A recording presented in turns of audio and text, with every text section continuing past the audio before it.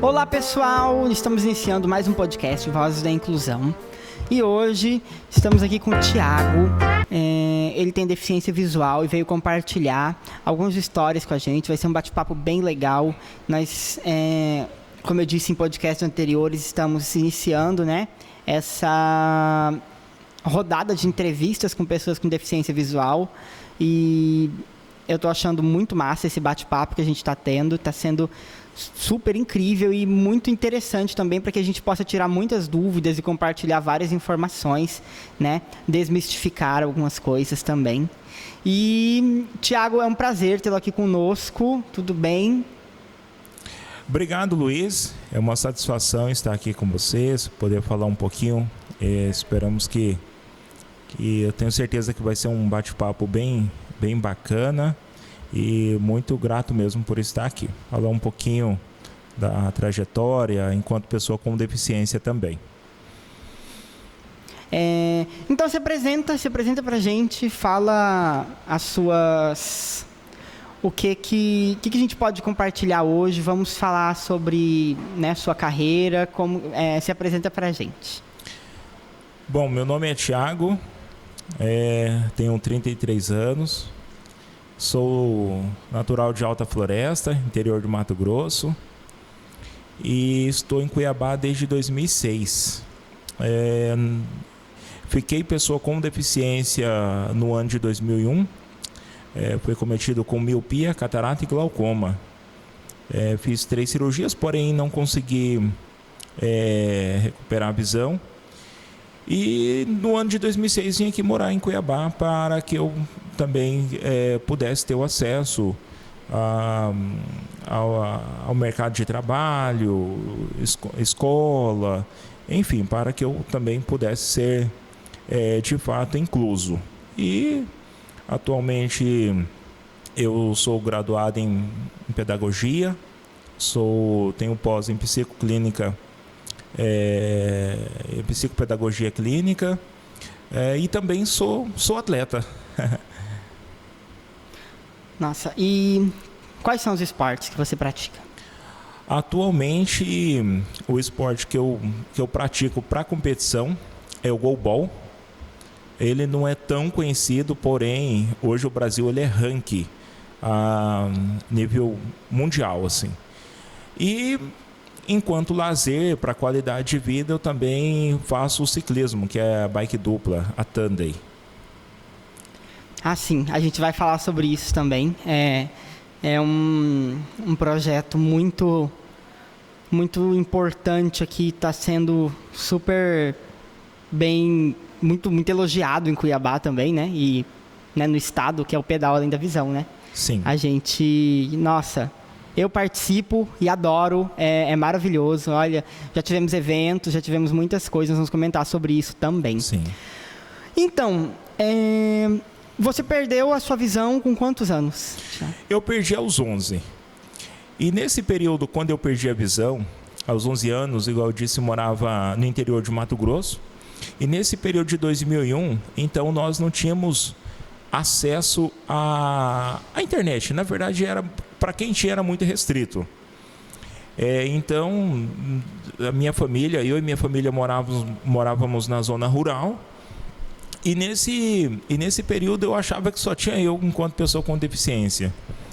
Então era algo muito novo, tanto para minha família, para os amigos, e enfim, como um todo assim. Então eu posso dizer que nesse período a barreira ela foi um pouquinho mais complicada. Por quê?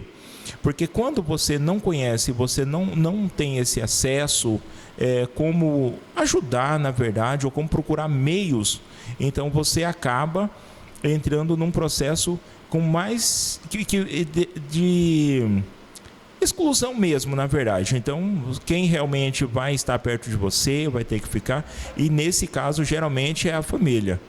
E aí você acaba perdendo algumas coisas, assim.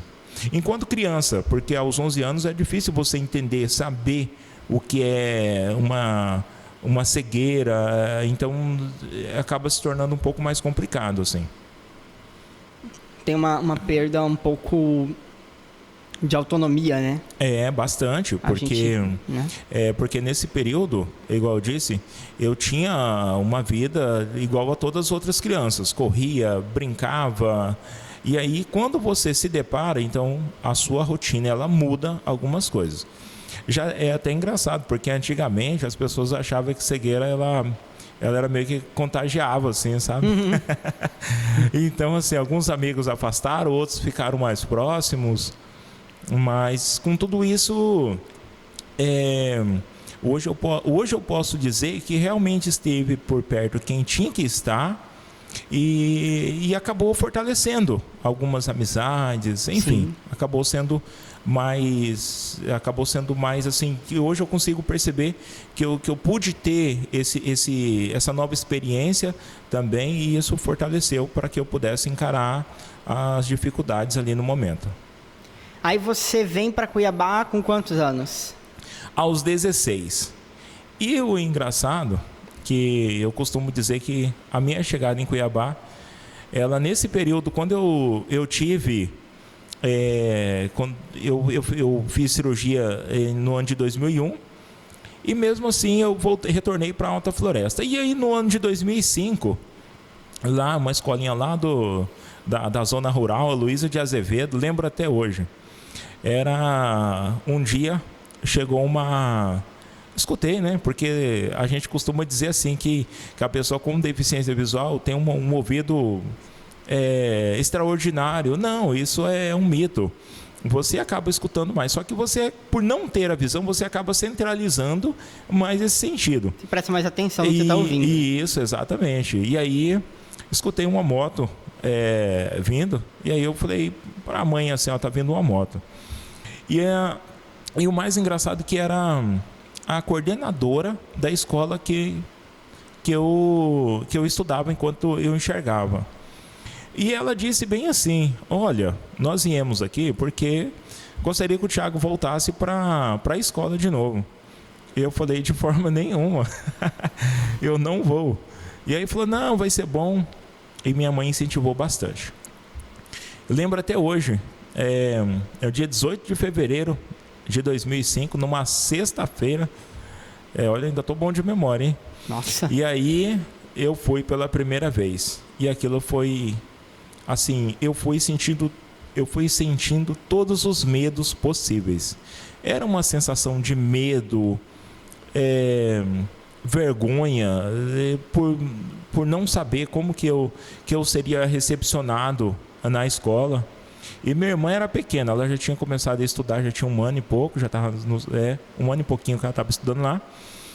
E aí quando eu cheguei, foi algo assim extraordinário, porque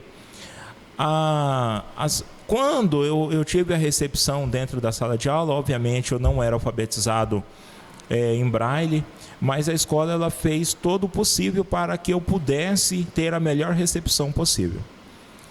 Então eu comecei a estudar ali e eu entrei para o cadastro de pessoa com deficiência da Secretaria do Estado de Mato Grosso. E nesse mesmo ano eu tive a oportunidade de conhecer na época o coordenador da Educação Especial, e ele disse assim: olha, ano que vem eu vou levar você para Cuiabá. Lá nós temos uma equipe de futebol, tem uma galera que mexe em celular, computador, que anda sozinho. E eu escutava tudo aquilo, eu pensei: nossa, eu acho que ele não sacou ainda que eu sou cego. Porém, ele também era pessoa com deficiência visual. E naquela incerteza, que você, quando isso acontece, na época eu achava que isso era uma fatalidade, o porquê eu posso dizer que eu, nem tanto, porque ali eu já estava na adolescência, mas a minha família, principalmente a minha mãe, ela estava vivendo o luto. O que é o luto? É adaptação. Porque quando eu costumo dizer que existe dois momentos. O momento em que você nasce pessoa com deficiência visual e o momento em que você torna-se pessoa com deficiência visual. No meu caso, eu já tinha toda essa noção do que era a cor, do ir e ver. E no ano seguinte, eu pude receber esse convite. Esse convite ele foi formalizado. E aí para eu vir para Cuiabá. E eu disse para minha mãe, eu quero. Eu falei, eu quero esse desafio. E na época eu vim. Só que no que eu cheguei também, quando eu pisei os pés dentro do Instituto dos Cegos, eu também arrependi. Eu falei, não. Aí, porque assim, quando você sai da sua casa, é outra adaptação. Sim. Porque você tem algumas regras, você tem que cuidar sozinho da sua roupinha, você tem que ter horário. E aí eu estava acostumado que a mãe estava por perto. E eu pensei, não, eu quero voltar. E eu falei, não, mas já está próximo das férias, vamos tentar. E aí nessa tentativa eu estou até hoje em Cuiabá. Posso dizer assim que hoje eu sou cuiabano de alma e de coração também, porque foi a cidade que me acolheu no momento assim que eu estava muito precisando mesmo, na verdade, né? Eu me reencontrar, na verdade. E aí a sua adaptação no instituto, como que foi a recepção?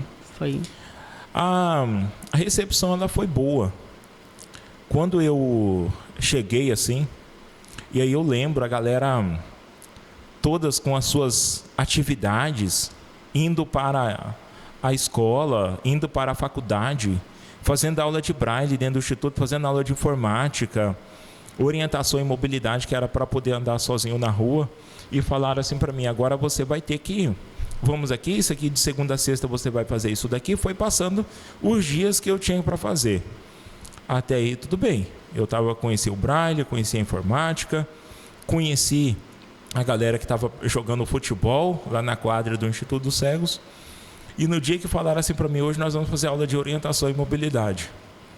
Aí eu falei, aí eu caí na realidade. Eu falei, não, isso aqui não é para mim, eu tenho medo também. Eu falei, vai que eu saio aí, eu sou atropelado. Essa que era a minha cidade enorme, né? Cidade grande. Eu que vim do interior, cidade pequena, lá no interior a gente fala assim, a cidade grande. E eu tinha medo da cidade grande, que na cidade grande era muito movimentada. E aí quando eu comecei a ter aula, eu aprendi a chegar no comércio. Era numa padaria, no supermercado. E a professora ela disse uma frase para mim assim, que essa frase ficou internalizada. Ela falou, olha, a rua muda todos os dias. E ela me ensinou eu ir e ver. E aquilo era fantástico. Agora eu estou independente. Porque eu já sei ir e vir, ninguém vai precisar de fazer as coisas para que eu preciso. Então eu vou sozinho. Às vezes eu nem queria comprar nada. Eu vou lá comprar alguma coisa. Qualquer coisa. Só para que eu possa. Só para que eu tinha que provar que eu era independente. E eu fui. E eu ficando na minha cabeça, como que a rua muda todos os dias? Eu não estou entendendo essa parte. Num outro dia, eu falei para a professora, olha, não foi tão bom ontem a minha experiência na rua. Por que não? Eu atropelei uma moto e eu machuquei minha canela, bati. Ela falou, você lembra a frase que eu falei que todos os dias a rua muda? Ela falou, eu falei sim. Ela falou, pois é, um dia pode ter uma bicicleta, pode ter um resto de construção, pode ter um carro. Então, você tem que, a sua audição, a sua percepção, você tem que dosar ela para a rua agora. Você tem que prestar atenção no seu andar, o que está acontecendo em volta de você, porque isso vai fazer a diferença para que você não se machuque e nem machuque alguém também. Então, aí que eu vim entender o motivo. E aí, com tudo isso que eu pude aprender, ter essa noção do ir e vir, atravessar uma avenida, porque hoje nós falamos muito assim, porque a barreira arquitetônica ela é um grande vilão na vida da pessoa com deficiência, principalmente. E nós podemos resgatar isso. Por quê? Porque quando nós falamos em acessibilidade, vem aquela figurinha linda. Ou é uma pessoa com a bengala na mão, ou é uma pessoa numa cadeira de roda. Mas não, ela serve tanto para as pessoas com deficiência e para a nossa sociedade. Porque um dia os nossos pais vão envelhecer, tem os nossos avós e até as gestantes. Então, quando fala-se em inclusão, em acessibilidade, todos pertencem a esse momento, a essa conquista, a esse direito de ir e vir. Porque isso sim é o direito de ir e vir na prática. Então, pelo fato que você não tem no momento em que você não tem uma calçada adequada, você se localiza pela rua, você vai seguir na rua próximo do meio-fio. Então, algumas pessoas estacionam a moto mal, e aí com tudo isso você vai aprendendo mecanismo, eu costumo dizer que de sobrevivência. E aí eu concluí nesse período o meu ensino fundamental, porque eu fiquei um tempo afastado, o ensino médio, e na sequência já ingressei na faculdade também. Então, assim, através dessa autonomia que o Instituto dos Cegos ele me proporcionou e proporciona para as outras pessoas com deficiência, aqueles que já passaram, aqueles que estão e até mesmo aqueles que estão por vir. Então, o público é alcançar, você ter essa liberdade e você realmente na prática ser incluso. Então, esse é o verdadeiro papel do Instituto dos Cegos. Então, ali quando eu fui para a faculdade, eu já tinha autonomia para ir sozinho, para voltar para casa, para estudar, ser alfabetizado em braille e também a informática também. Era uma tecnologia, porque para a informática ele tem um leitor de tela que ele faz a leitura do que está acontecendo. Então, isso ajuda nós a nos orientar por esse som que o computador ele tem com o leitor de tela. E na informática você começou em 2006, né? Na informática eu comecei em 2006, no teste de teclado. Era diferente, era muito diferente do que é hoje? Olha, não vou dizer assim diferente. Eu acho que era tempos diferentes, porque existia recursos diferentes. Que na época nós trabalhávamos era com o sistema DOSVox, e até eu faço uma observação, porque o criador do DOSVox ele é brasileiro, então era um recurso que nós tínhamos na época, era para poder tem alguns jogos, na época eu usava muito o CD.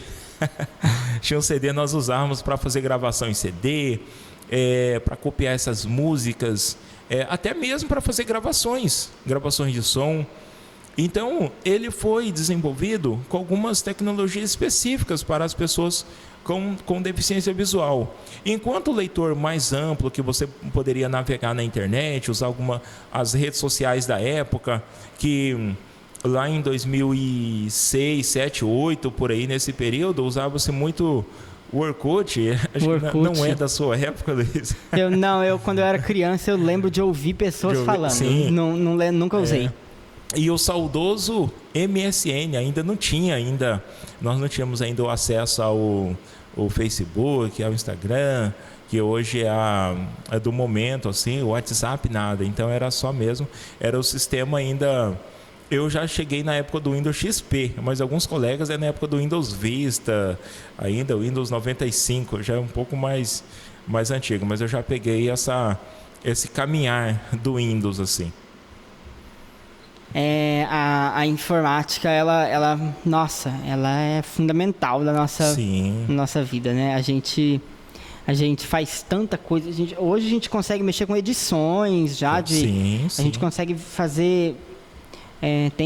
Tem programas pra gente editar com total acessibilidade, transmitir live. A gente faz. Hoje a gente consegue fazer, acho que, né? Se não 100%, quase 100%, né, do que as pessoas que enxergam fazem, né? É porque a tecnologia, ela como um todo, ela veio para agregar os valores, assim, que eu costumo dizer que para a pessoa com deficiência visual, especificamente falando, então ela vai facilitar em alguns pontos. Porque eu lembro bem, enquanto nós lá tínhamos, eu sou um defensor do Braille, porque eu também sou alfabetizador. E aí a importância do Braille, eu posso até ressaltar aqui. Mas se na informática é tudo mais rápido, o porquê o Braille? Existe uma pergunta. Porque existe assim, vamos lá, na lógica. Se eu escuto a palavra Sol. Para uma pessoa que enxerga, ela está ali, S-O-L. Mas para uma pessoa que nunca enxergou, ele vai entender que esse som é com U. Então, quando você escreve, é aquela regra, quem escreve, quem lê, ele escreve corretamente. Então, a ortografia também ela faz parte desse desenvolvimento, dessa qualidade, porque daí você pode até utilizar. Mas eu acredito que primeiro você tem que ser alfabetizado em braille. E existem muitos livros bacanas em braille, histórias, contos, poemas, poesia. E aí sim você, porque eu acredito que quando você está, principalmente no ensino, o professor, ele vai cobrar muito, principalmente ortografia. E você não vai ganhar nota, que é o correto, pelo fato de você ter entregue o seu trabalho, mas se você tiver com vários erros de ortografia.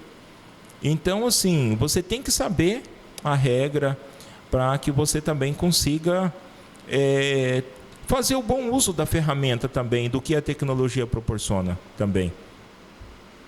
Com certeza, o braille é a questão lá da cultura da leitura também, né? Sim. E da gente saber, por exemplo, como é escrita determinada palavra, né? Determinado tipo de palavra. Exato. Como colocar as pontuações também, né? Então, assim, é super importante. Sim, exatamente. E o esporte? Como que foi? O esporte, assim, eu tinha uma vida esportiva, assim. Eu costumo dizer porque a minha família, todos praticavam esporte. Apesar que, na época, aos finais de semana, era uma cultura muito, muito assim mesmo, em Alta Floresta. Final de semana, os amigos se reuniam para poder jogar o futebol. Lá falava a pelada do final de semana. Com certeza. E aí os meus tios, eu cresci naquele meio. Então, na escola também, então você tinha algumas atividades. E é meio que cultural, assim. Os meninos, principalmente, amam futebol. Hoje já tem outras modalidades, assim, que já conseguiram ter também outras participações também. Mas ainda o futebol ele é muito forte, ele é uma raiz. Nossa. Muito assim.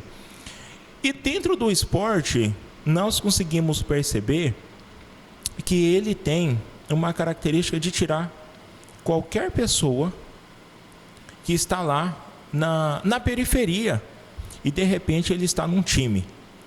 Num Real Madrid, num Barcelona, num PSG.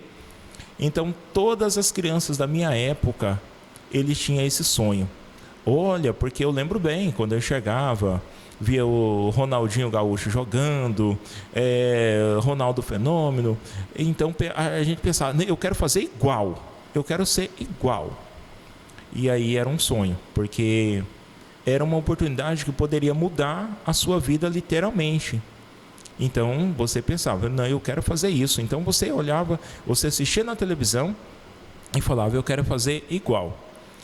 Quando eu perdi a visão, eu pensei, o meu sonho encerrou aqui. Hoje acabou. E quando eu conheci o Instituto dos Cegos, o engraçado é que no primeiro dia, à noite estava tendo um treino. Eu escutava assim, um barulhinho lá, uma bola, com um guiso. Escutava esse barulho para lá e para cá, eu fui. Eu pensei, gente, o que é isso? Aí o guarda que estava na noite pegou e falou, não, eles são cegos, estão batendo futebol, daqui um dia você vai estar aí também. Eu falei, Deus o livre. Eu falei, não, isso aqui não é para mim não. E por que eu fui? Porque a bola, ela faz um barulhinho para se orientar. Então, você se orienta através daquele barulhinho e você faz a condução e você percebe onde que ela está. E antes de você ter o contato, você sinaliza que você vai. Para o quê? Para que não tenha o contato, para que não tenha uma lesão, para evitar ao máximo as batidas, assim. Uma hora ou outra acontece, é inevitável, mas enfim. Então isso cada dia eu fui entendendo mais e eu recebi o convite na época do professor Leandro Marinho. E ele falou, olha, vamos lá fazer uma parte, iniciar, e eu fui. E eu comecei em 2007, eu fui para o meu primeiro campeonato em Campina Grande. Então, por isso que eu falo, ali eu pude ter de novo a primeira chance que eu queria, que era disputar um campeonato. Foi a primeira vez que eu pude sentir a sensação de entrar dentro de um avião, porque eu só via avião nos filmes, quando passava, na televisão. Então, eu tive a sensação de andar de avião pela primeira vez, sendo cego, indo para Campina Grande, disputar um campeonato brasileiro de futsal. Eu falei, gente, é essa vida que eu quero. Eu falei, isso aqui é bom demais. Você conhecer outro estado, conhecer outras pessoas, outras culturas, e através do quê? Do esporte. Então, obviamente que nós costumamos dizer assim, marinheiro de primeira viagem sofre. E eu sofri muito, me trollaram bastante. Falaram, na hora que eu estava no ar, falaram que quando chacoalhasse era perigoso que o avião ia cair. Meu Deus do céu. Era só eu de jovem, estava com 17 anos na época. Só não chorei porque, né? Pra não fazer feio ali. Aí, mas por dentro... o avião dava uma turbulência e pensava, já vai? Agora vai. Sim, tivemos uma turbulência e eu achava que era a minha última vez também. Então você vai pedindo perdão, desculpa, nem pensamento, aquilo que você nem cometeu ainda. E o bacana é que fomos e voltamos bem. Assim, então eu pude contemplar isso com a minha família e com os meus amigos. E aqui eu faço um adendo, porque nós, pessoas enquanto pessoas com deficiência, nós precisamos apenas de oportunidade. E era um período que eu estava me reconhecendo também. Eu já tinha uma aceitação, porque eu não usava bengala, eu tinha vergonha. Essa era a verdade. E no próximo ano, fui para o próximo campeonato brasileiro. E aí, conduzido já pela professora Nájila, saudosa Nájila. Infelizmente, ano passado ela faleceu, mas assim, eu carrego ela no coração, porque foi uma das pessoas que me oportunizou também, que disse assim o seguinte, não, olha, vamos, porque se você cair, eu estou contigo. Então foi uma mãezona nesse período, e eu novamente fui para o Campeonato Brasileiro, e ela disse uma palavra para mim no Rio de Janeiro, no café da manhã. Ela falou, hoje você vai sair jogando de titular na minha equipe, e você deu o seu melhor. E eu falei, mas isso aqui é muito novo, né? Eu falei, bom, então tá, ninguém me conhecia. E eu pude contemplar aquele brasileiro, joguei, e no próximo ano seguinte, uma palavra que ela disse no café da manhã, ela falou assim, você é atleta para estar na seleção brasileira. Aí eu na minha cabeça, gosta de melhorar meu ego aqui para que eu jogue bem, né? Eu na minha cabeça, né? Obviamente que eu não falei. E no próximo ano, o que aconteceu? Eu recebi o convite para jogar na seleção brasileira, para compor a delegação que iria disputar o Pan-Americano em Bogotá. Aí eu pensei, isso que é vida. Eu estava no Brasil, eu estava em Alta Floresta há uns 5, 6 anos, pensando em que eu ia fazer da vida, e agora eu vou embarcar para ir para Bogotá, e lá eu fui.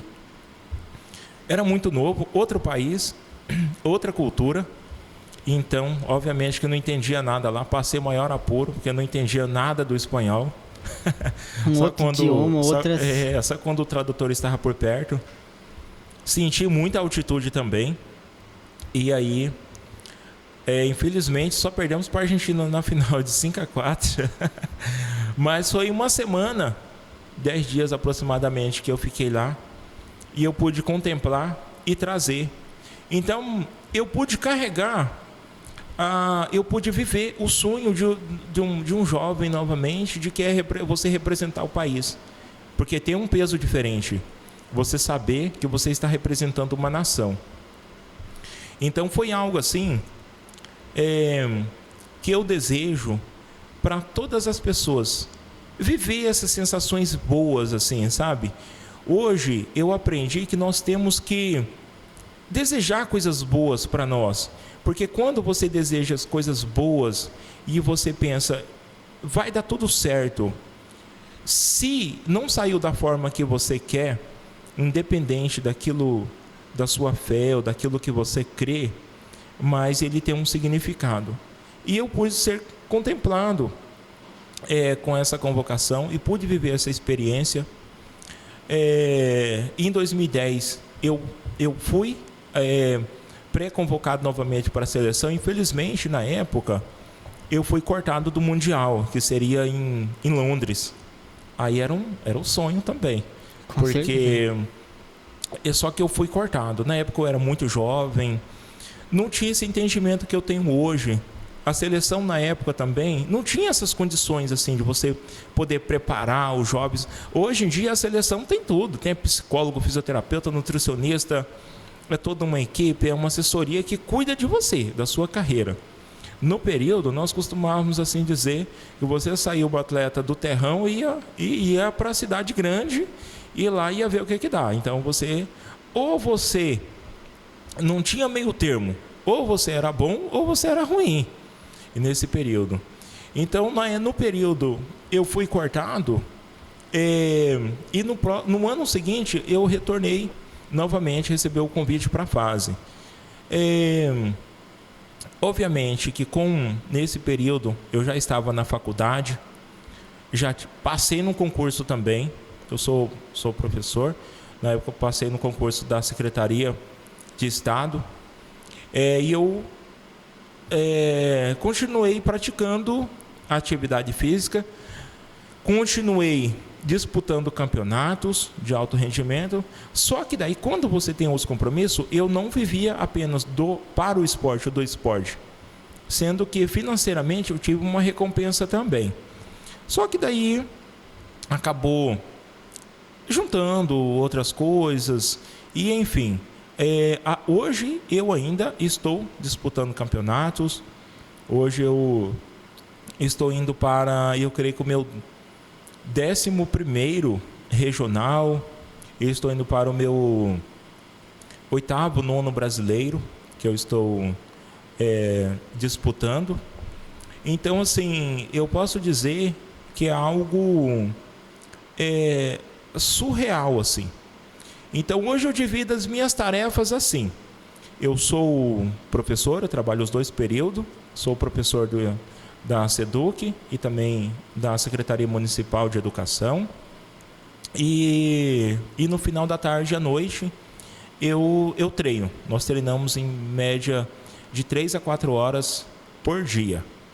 No horário do almoço, que é o horário antes do almoço, eu pratico atividade física também. Eu estou na academia 4 vezes na semana.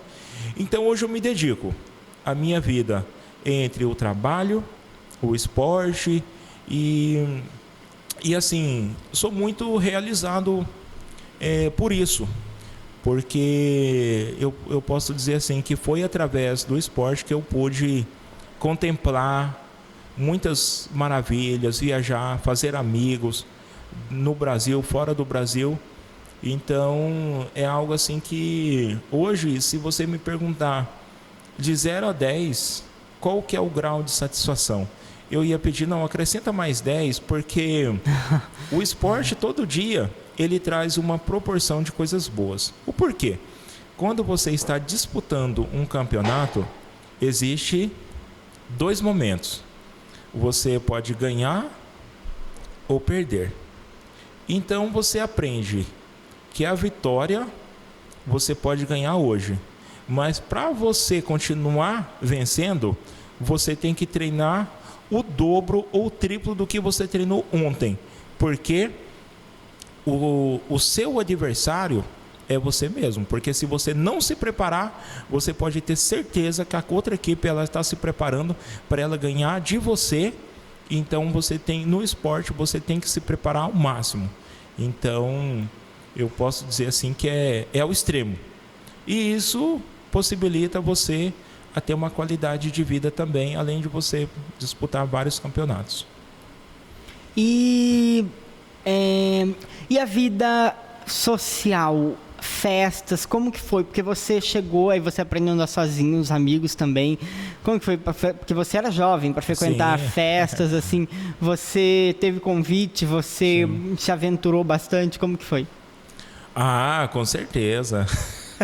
Tem muita coisa, tem muita história. Não, tem umas histórias sim. Tem muita coisa legal. Porque quando você é jovem, aí você já fez. Então, olha, isso aqui que eu vou dizer, olha aí, jovens, não façam isso, viu? Não, mas eles vão fazer.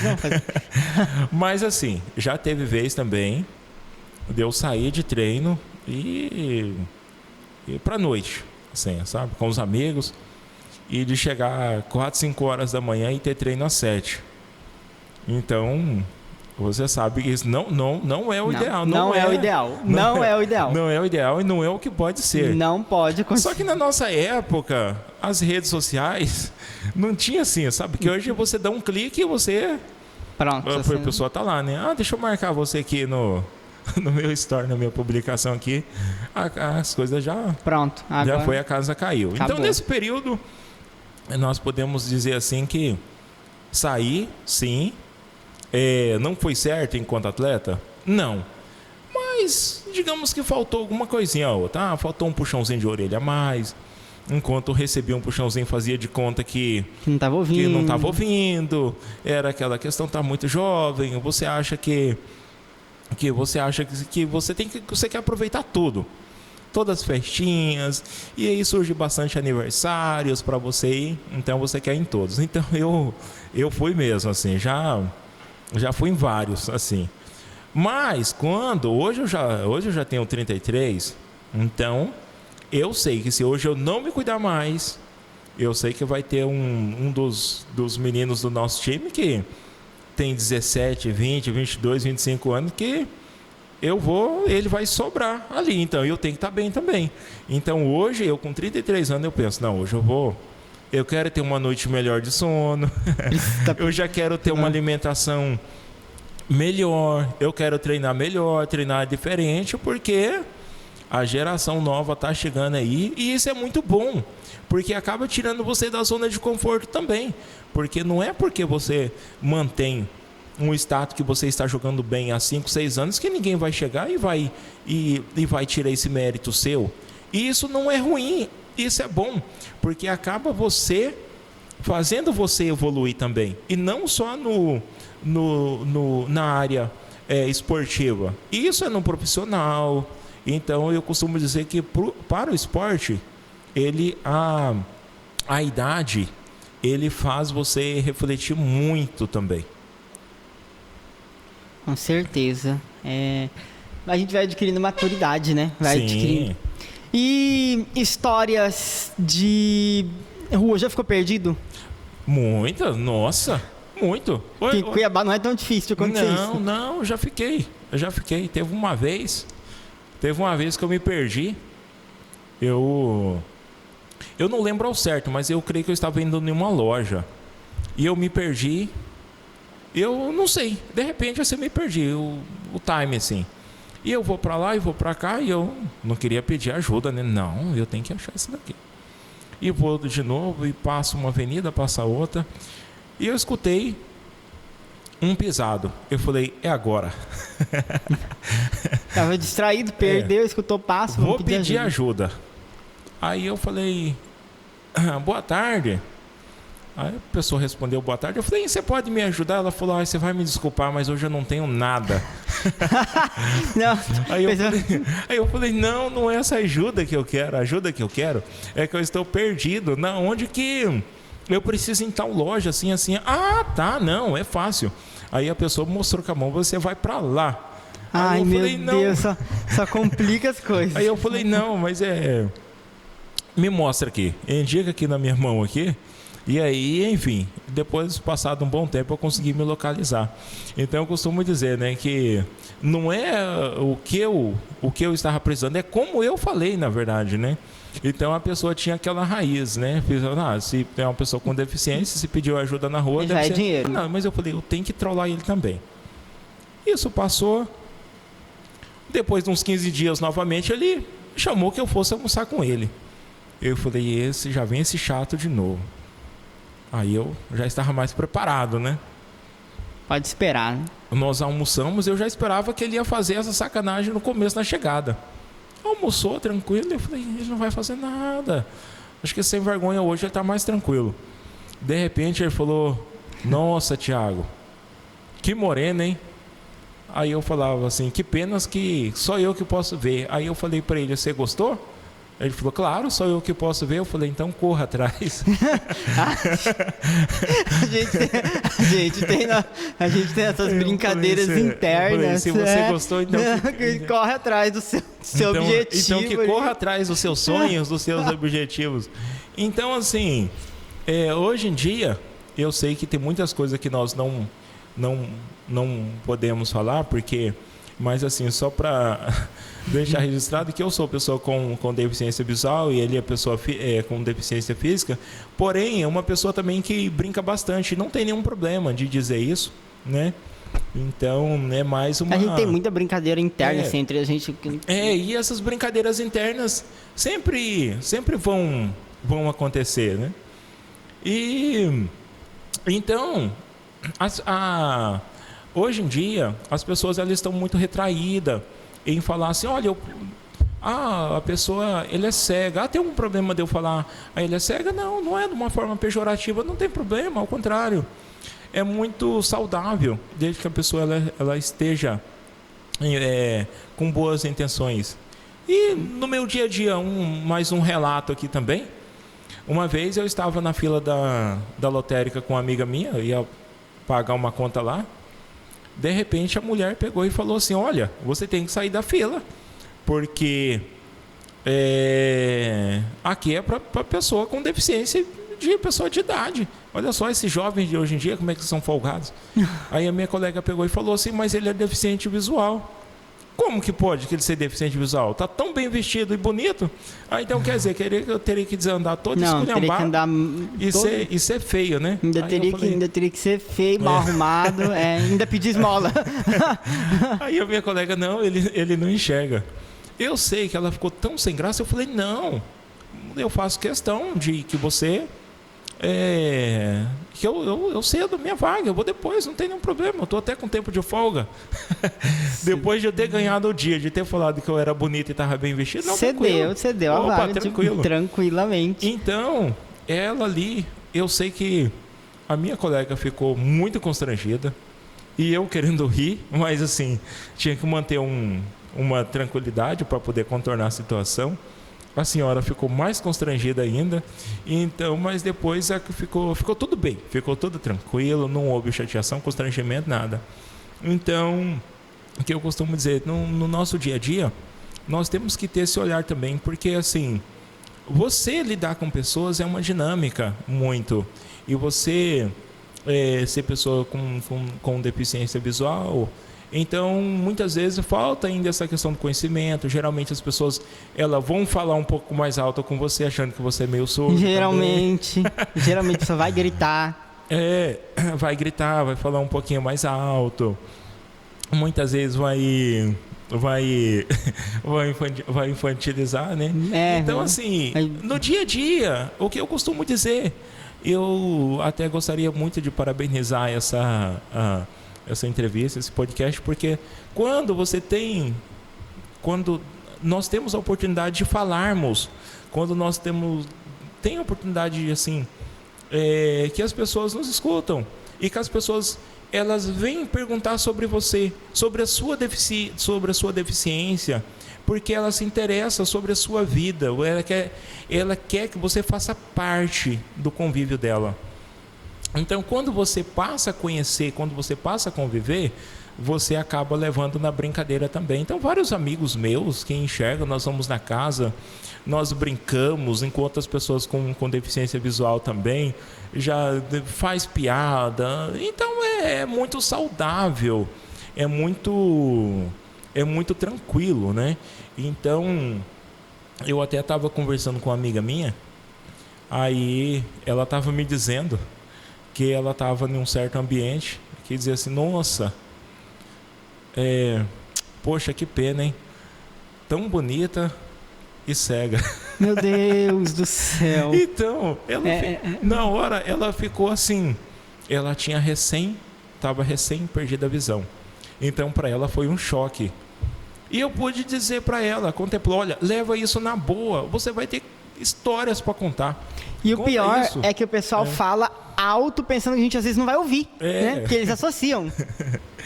Então, o que eu costumo dizer assim, hoje no período matutino, eu trabalho na escola do município, eu trabalho diretamente com crianças e que não têm deficiência.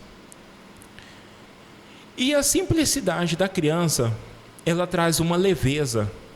E hoje eu trabalho num projeto no município chamado Sem Plateia Não Tem Bullying. Eu creio que eu sou o único professor do município com deficiência visual que trabalha no projeto do município. Então é muito bacana, porque nós atendemos as crianças de 4 anos até os 11.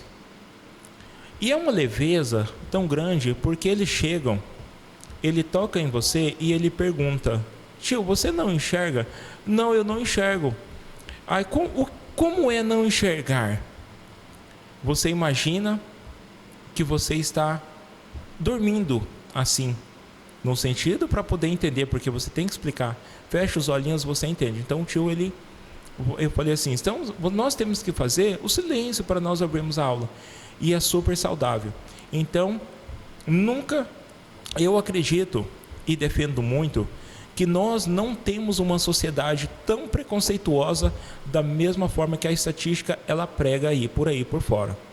Nós temos simplesmente uma falta de um conhecimento, de políticas públicas adequadas para poder transmitir essa informação. Então, eu não acredito que as pessoas são preconceituosas, eu não acredito nisso. Então, pode acontecer, já teve casos sim, que já aconteceu com relação a colegas, mas eu procuro dizer que existem outras formas de você resolver, sem você precisar de brigar, e aí tudo vai ficar tudo tão certo. Então, eu costumo dizer que no nosso dia a dia, nós temos que carregar essa essência de criança com a gente, porque aí nós acabamos de atravessar um momento muito de turbulência, que nós estamos atravessando aí daqui a pandemia. Então, para muitas pessoas com deficiência visual, eu já ouvi relatos dizer, a pandemia para mim ela foi simples. O porquê? Porque eu já vivo na pandemia há 15 anos, 20 anos. O que isso quer dizer? Que ele não tem uma vida social, ele não tem uma vida que ele pode sair, ir numa sorveteria, ir numa lanchonete, bater um papo com os amigos. Então, acabou sendo que ficou uma coisa normal quando a pessoa está em casa. Então, eu creio que hoje nós estamos vivendo um momento muito especial, um momento de oportunidades, de agregar esses valores.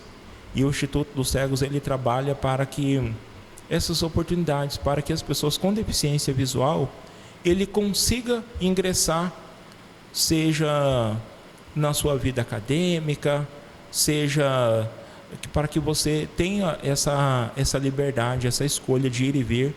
Então, são os frutos, na verdade, que nós vamos colher com todas as informações que nós vamos plantar hoje, nesse momento. Então, ele começa hoje. E isso é muito bacana. Assim. Vamos chegando mais concluindo e falar do pedal, porque a gente falou que ia comentar também sobre o projeto. Sim. Eu quero começar parabenizando, na verdade, a todos envolvidos no projeto, você, né? É um projeto maravilhoso, nossa, fantástico. E como que foi a criação, né? A sua ideia para esse projeto? O pedal Além da Visão. Igual eu citei, eu sou atleta, eu amo ser atleta. E o pedal, em 2019, eu tive a oportunidade de jogar pelo Rio de Janeiro. E lá eu escutei várias pessoas falando do pedal. Pedal ali, pedal aqui. Hoje nós vamos pedalar 20, 30, 40 quilômetros. E eu pensei, gente, eu também quero isso para minha vida. Também quero isso. Então, no final do ano, eu decidi que eu iria comprar uma bicicleta. E eu compartilhei com alguns amigos. Falei, olha, tô a fim de comprar uma bicicleta aí. Ah, é? Alguns amigos falaram, nossa, que bom, que legal. Mas deve pensar, deve ser uma ideia de doido aí, de jerico, né? É porque a gente tem essas ideias de vez em quando. E eu lembro bem que em março de 2020, e aí eu quero voltar um pouquinho, permita-me, que eu ouvia falar muito assim, um vírus que se alastrou aí pela China fora. Na academia, eu escutava aquela notícia, eu negociei uma bicicleta de um outro projeto que ela estava sendo vendida, e nós compramos essa bicicleta. E 2 amigos meus de trabalho, o professor Jonas e a professora Zaire Lavor, eu falei, olha, chegou a minha bicicleta, comprei. Só que no que eu falei que comprou, e aí, de repente, fique em casa, não saia de casa, porque a Covid está matando tantas pessoas por dia no Brasil. E chegou em Cuiabá também. E eu pensava todo dia, via aquela bicicleta de 2,40 m, 4 pedais, 2 bancos, pensava, o que eu fui fazer? O que eu estou fazendo aqui?